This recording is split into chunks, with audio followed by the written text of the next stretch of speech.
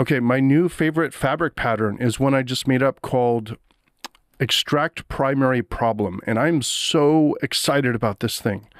So it takes any text input or any body of work. So you could basically say like Noam Chomsky, or you could literally like echo the words Noam Chomsky, or like the Unabomber, or whoever. You can send basically any person's body of work, or like Russian literature or whatever. You send anything in there, and it will turn it into a single sentence that summarizes what that work believes the biggest problem in the world to be. And the reason I'm doing this is because I'm trying to understand people's work or an essay or something based on a concise description of what they think the problem is.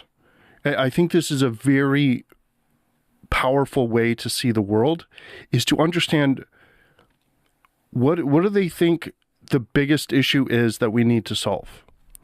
Because that's where you start, and then you look at, okay, are the solutions that they're providing, are they actually good strategies for addressing that? But most importantly, what do they think the actual problem is? Because if they think the actual problem is like something you don't care about, I mean, why are we listening to their work? It doesn't mean there isn't like some other way to get value from their work. I could think of examples where there is. But I would rather listen to Viktor Frankl's work, who believes, that there's a lack of meaning in the world, for example, which is definitely my view. I invented basically the same thing that Viktor Frankl did. Well, probably lots of people have done it before Frankl as well. But I was basically going down and am still going down this path. Then like a year ago, I read Viktor Frankl's work, and it is, it's 100 years before I'm doing this work. And it basically found that. Anyway, it doesn't matter. That's a diversion. He nailed it, and his problem statement is essentially the same as my problem statement.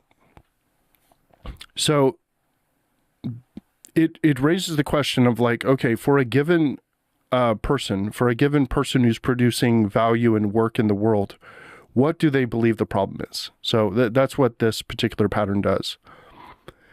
The other one I created recently is Create Story Explanation, which explains a really difficult piece of content in a flowing story style.